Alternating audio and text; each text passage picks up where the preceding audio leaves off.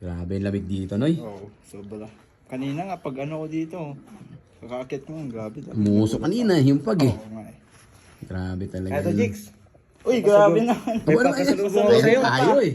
Tikoy, galing sa Lopez, Quezon. Ayan naman, ano ba yan? Uy, thank you. At saka kuya, siyempre, ano. mayroon akong pasalubong sa'yo. Owen Dread Barber shirt. Ano ba yan? Ayan. Ano ba yan? Ganda naman. Ayan.